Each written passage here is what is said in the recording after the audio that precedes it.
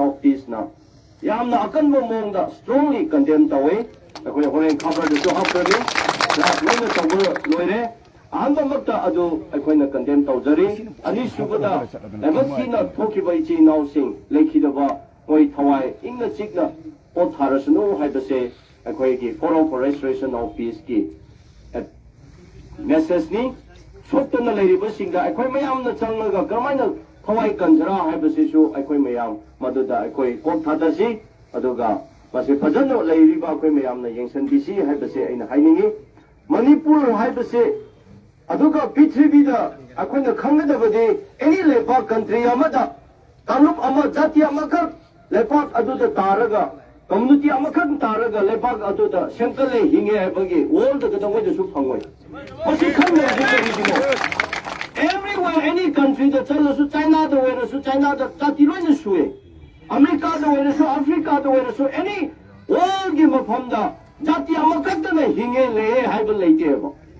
aduga akoina majority ni akoina minority ni akoi tawning ma tawgani adu tawgani haibagi Prithvi da leite ba adu ma leiba do de lepa ga do kwani chokota bole bagni adala minority waigera akoi wakan picking ai gremata akoi kininga leite akoi adala aina ngasi thamjaning bade adumai da Prithvi da ishorna akoi bu semba matamda jati loina nungsina lemina haidada country khudimakta loina leiraga lemina ribani India su adugumba multi adungba community country ni anmaina Manipur da sungasi kalup mayam leiri aduna masi ngasi sumaina ngarang yamna lebar thiba 2024 ase Manipur da ingthaba santi pura leiraksnu haidada akoina laurakpani Hogiba chahi 2023 se yamna lebar thiba thotok thokpa khoi mayamna udana khangda leire Anova chahi 24 lakh basida Manipur da anova punsi lambi inthaba leira suno haina mayamna ishor mapubu ningdana leirak kansida ngarang yamna laiba thiba tang ama 2024 anova chahi hauba new year hek hauba sida swai gi chaka area sida yamna mong ta da mong da thoktana misimina thokiba lekhida punamakse thamoi sengna wakhan noaite thamoi sengna noaite masigumase matung nauda Tawbigunu Sultan Tawbigunu haibase akoi forum for restoration of peace na appeal tawjari aduga asmaina akoi mi oibana pamdaba akoi gi law leiri punamakse akoi na pendaba pamdaba do wakallaga law matungina chathaba matamda akoi peaceful coexistence ingna chigna nusitana matam pumda leiba ngamgani nataga ai Leka aigi lupna law si mukuta paira da tawning ma tawna laikhradi Manipur si kuira roi Manipur thukai bedo Manipur nungsida bedo adugumba nini ase akoi khangdabani Nungsibadi saba adu Manipur nungsida bedo adugumba mi law khutta paira da chappa mi aduni hadise akoi na condemn tawgadabani Manipur kaira ka dabasi kadai kaira ka dabano asigumba law leitaba mina pamdaba mina chappa lamjada chattadana tawning tawba kanda Manipur kaira khragani akoi Manipur mina riba Manipuri pratha punamakna phata ladabani aduna aina appeal ama tawjari ai nagani ai chingdegini aina appeal tawbadi Manipur da lemina riba jawli jati kalup kudimakse nungsitana peaceful coexistence oina amata oina lemina se hairadi matung nauda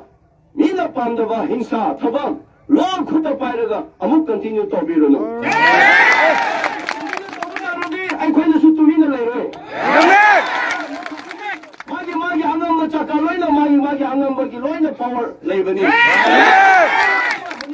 amata oina khoinu si jamna leibina si haibegi akoi khamdana akoi amata oibai wakhalonda ngasi phawada thaba tawdana leibani kasi Manipuri punamakna kawba yaroi ahum suba point da ngasi Manipur da hongkiba chahida awaba kaya che khangdana lakhre law totally fair oire punamaga sigi matam sida ama amadu tawlaga masiguma thopa thodokse mamangda kaya thokdana lakhre ai khoigi lengakni haidana ngakpani haidana akoi MLA hampu 60 leri bose kari tawrige Manipur da nahak leiraga law leitaba mongda tawthori तौरीब थबक मयामसे मोइने येंगना लेरिबसे public निसु अखोई elected system सिबु वा पारा पिगदबनी अखोई मखोइदा कंडेम तौगदबनी आइगे एमएलए नि मागी नेना कल्लनु असी करिगिनो चथरीब मयामसे मोइने हाइगदबनी मोइने ताकदबनी मोइने nganगदबनी मोइने तुमिंग लेबाक नापा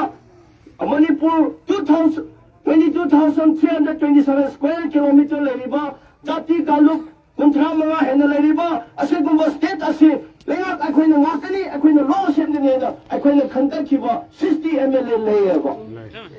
अदो 60 MLA ना करिगे सिगुंबा थोपा थोदोक मयाम सिदा साइलेंट ओइरगा लेरिबनो अदो नसे अखोइना हाइबदी लेबा काइबगी वा नते अदुबो नसे मणिपुर थोकलिबा सिदि law and order totally fail ओइरे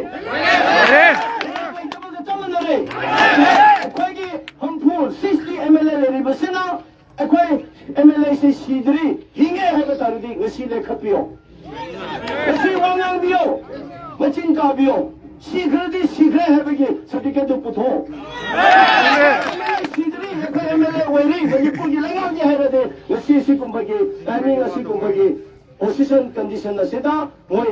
लाउगदबनी लेखगदबनी press त थोगदबनी असेंबली फंगदबनी अदुना आइवा यामना गानिंगे थमोय सोय अखोय मियामा नेता सोय मियामा नेता ला हेन नेता कुता कुता द फारगा मोंग तादम दा अखोय हातलगा कापलगा चखब तारदि अखोय ले पाक्से करी ले बाकनो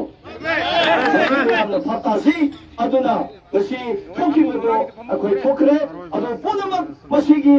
थोखनखिबा थोखिबा मसिगी सेंस सादबा मसिगी केयरलेस ओइबा मसिगी नेग्लिजेंस तौखिबा सिगुमा तोइना थोखिबा से अखोयगी इलेक्टेड पीपल MP ओइगरा MLA ओइगरा मखोइना मखोयगी चाखाओगी तमक थीदना लेबगी लेबागी तमक नातदना लेबगी पुनमक से लाखिबने थोखिबने से अखोय कंडेम तौगदा पारा पिगदबनी खंगहनबनी अदुना ngasi ngarang थोखिबा अदोक्ते अखोय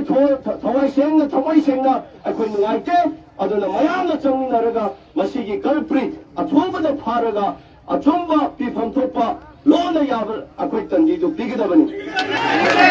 लास्ट चंदनिंगदी मसिगी वारोइसिंग पुरक्तरिंगैदा अखोय मिसिमिना मयाम थोपता लेरिंगैसिदा चपचाना JSC सिना ममांग थाबिरेरगा सरकारगा फजाना एग्रीमेंट अमा तथोपियो मणिपुर एग्रीमेंट तौई अदु पिगे प्रॉमिस कमिटमेंट कया पिरगा गसी थबक ओइना पांथोके compromise तौई अदुना अखोइगे निवैबे पुंसी पैसाना लेबा याबो पोता पैसाना हेतत compromise तौरे चखिबसे नुवाइते पैसाना लेबि नुसिनाबा थोइ नि पुंसीसी अखै तगा ले पैसाना मी कनबा ngमरो अदुना अखोइना मदसु पारा सिबा तगा ले अदुना मयाम वारंगनी ngरांदगी थोकिबा मयामसु आइजु चिंग द लेरसु आइ लोइना उइ ताइ नुवाइते अदुना ngasi अदुगी तमत्ता तसेना इचिनो मिते पंगल अखोय अमतनी मणिपुर द लेमिनरी बजाति अखोय नुसी चालन लेमिनगदबनी हाइबगी वाखलोंदा आइ हलाब चिंगी मफमसि ताना लापनी अदुना दिल्ली मसाइ कुनि पुनमतना अखोय अमता वइना लेबिनसी असिकुंबा मिते पंगल द वइगरा मिते कम्युनिटी वइगरा नागा द वइगरा अमद वइगरा मी ओइबो पुंसी मीना चत्तब लमचत थोप तारदे अखोय पुलप पुलप चलगा चंगिनरगा लेबिनरगा मसु थिंगसे असेगुंबा थबक हिंसा से अखोयना थिंगदब तारदे अखोयगी तुंगदा लाकदब इचा इशुगे फ्यूचर लेतरे हाइबसे आइना मयामना खंजनी अदुना अखोय forum for restoration of peace Manipur असिना स्ट्रांगली ngrangi एक्सीडेंट दो अखोय कंडेम तवै अदुगा लेपाक सरकारना होजिक होजिक अखोयगी लेपाक नागलिबा लेंगा नागलिबा चीफ मिनिस्टर नो खुदता मसे जेसी द तौरगा करी तौबा याबनो हाइबदो सब चावा एग्रीमेंट अमा तौरगा सरकारना पिफम थोप तौबो पिगदबनी अदुगा अखोयगी कल्प्रिसिंग दो खुदता फारगा मादोगी तंती पिफम थोपदो पिगदबनी मादो पिगदब तारदे अखोयना थाजब ngमोय हाबसे आइना ममांगना खंजरगा सिदा ए